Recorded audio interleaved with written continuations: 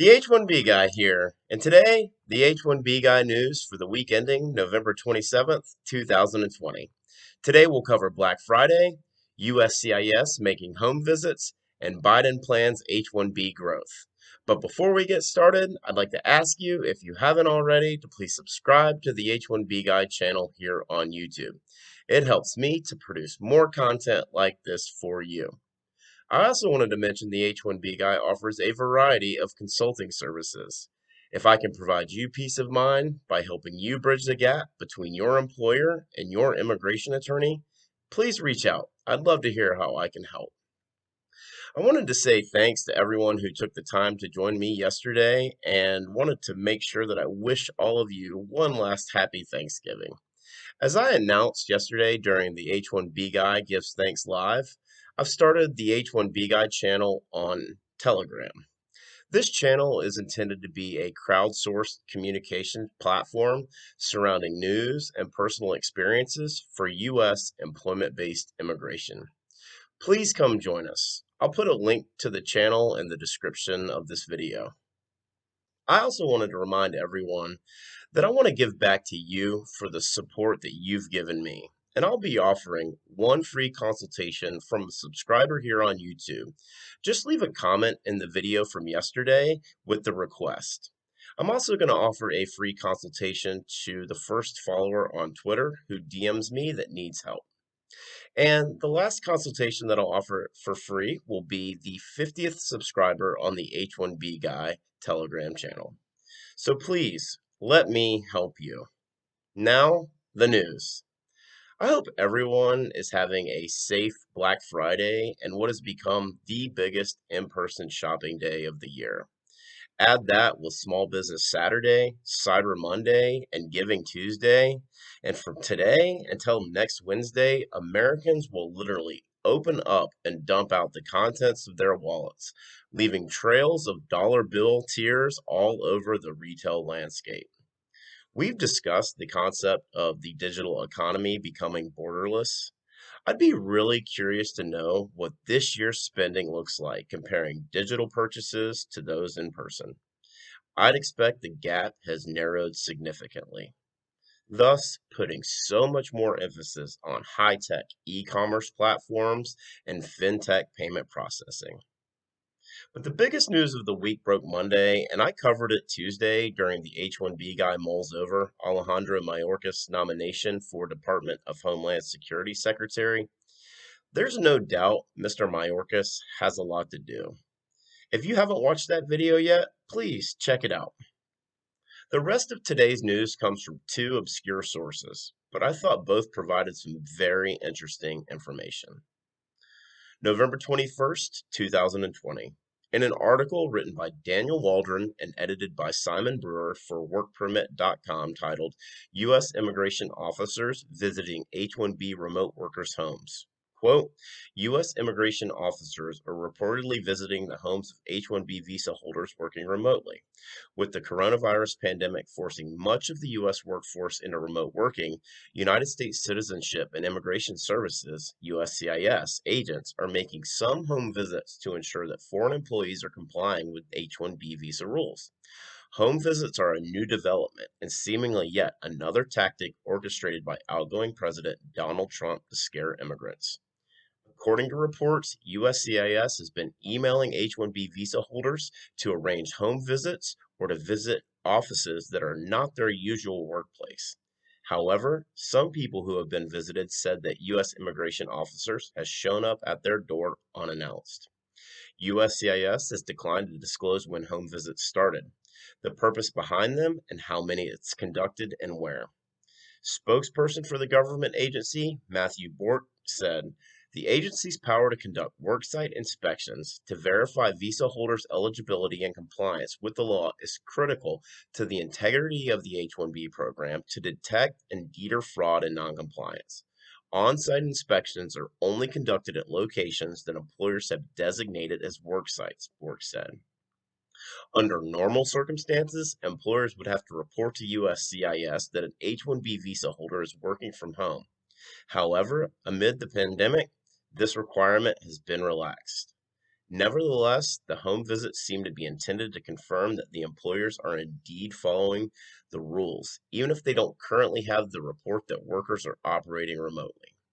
Meanwhile, it's been reported that virtual visits are carried out to ensure that H-1B visa holders are performing the job duties that they have been approved for in the proper location at the appropriate rate of pay.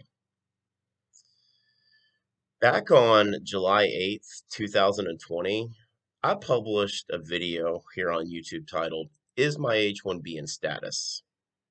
I discussed the possibility of USCIS and ICE conducting site visits that included home visits due to the increased amount of H-1Bs working from home due to the pandemic. And if you remember, I advised you to make sure that you had a certified LCA that included your home address. Now, I'm not exactly sure what the sources are for workpermit.com, but here we see the beginning of what I predicted back in July. I hate to say I told you so, but I told you so. Now, here's the real talk. If you are an H-1B that is living and working in the US and are currently working remotely from your home residence and do not have an LCA for that address, then please listen to me here. Get one. I'm curious to know if any of you have received this email communication mentioned in the article or already had USCIS show up unannounced and conduct a site visit at your residence. Drop me a comment below. November 24th, 2020. In an article written by Kashish Parapani for the Observer Research Foundation titled, Biden's promised expansion of H-1B visas will be rife with challenges. Quote, Democrats would most likely not spend their limited political capital on Biden's promise to expand temporary work visas and employment-based immigration. Additional challenges could riddle Biden's promises of expanding temporary work visas like the H-1B, which disproportionately, about 3/4 of the 85,000 visas each year, go to Indians. Biden has committed to a wage-based allocation process and enforcement mechanisms to ensure they are aligned with labor market and not to use undermine wages. Biden's inconsistency on the matter, however, could have been informed by the political pressures of the election. For instance, appealing to progressives could have been the motivation for touting the cause of correcting wage disparities and thereby protecting American and foreign workers alike. The scope for expanding the H-1B program with focus on high-skilled temporary visas would reemerge. Such a proposition seems plausible, with Biden's calls for moving away from an immigration system that crowds out high-skilled workers in favor of only entry-level wages and skills. At least in the near term, Biden's focus would be on reversing Trump's record on temporary work visas, which has overseen an increase in denial rates for H-1B petitions from 6% in fiscal year 2015 to 29% in mid-2020. Biden could focus on undoing regulations issued by the Trump administration that fundamentally alter the dispositions of departments that oversee the H-1B system. For instance, the October announcement on scrapping the lottery system followed two highly critical regulations. From the standpoint of U.S.-India ties, a Biden administration would likely be supportive of New Delhi's desire to not interlink the H-1B matter to other divergences in the bilateral relationship. However, on his promised expansion of the H-1B visa program, Biden will mostly focus on gradually reversing Trump's record in order to better gauge the political viability of increasing temporary work visas at a time of economic uncertainty in the U.S.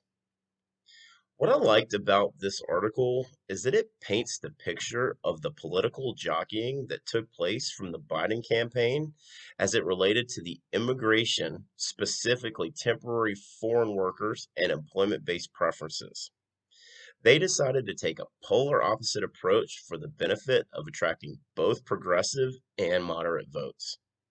Unfortunately, this article is alluding to what I've been saying since the election results. We can expect a lot of the same from what we saw during President Obama's administration as it relates to the H-1B visas. find it hard to believe that we will see an increase in H-1B visas during President-elect Biden's administration, but I guess that really all depends on how much influence, i.e., money, that big techs and the integrators throw at the lobbyists. There's no doubt that President-elect Biden will seek to rescind several of President Trump's executive actions around immigration. But when and which ones his administration decides to address first seems to be the million-dollar question. For the full post on the H1B Guy news for November 27th, 2020, where we cover Black Friday, USCIS makes home visits, and Biden plans H1B growth, please check out the H1BGuy.com. Just another reminder, Dr. Oscar Cabresis will be joining me on Wednesday, December 2nd at 2 p.m. Eastern for the H1B Guy Live Stamp It Out 5. Please make plans to join us. I'd like to ask you, if you haven't already, to please like this video, subscribe to the H1B Guy channel here on YouTube, and click the bell for notifications so that you're notified anytime a new post goes up here on this channel. And just a reminder, in the description is the link to the H1B Guy channel messenger group on Telegram. Please come join us. If you've made it this far, I just want to say thank you for taking time to watch my content. I really appreciate your support. The H1B Guy, your global source for all things H1B.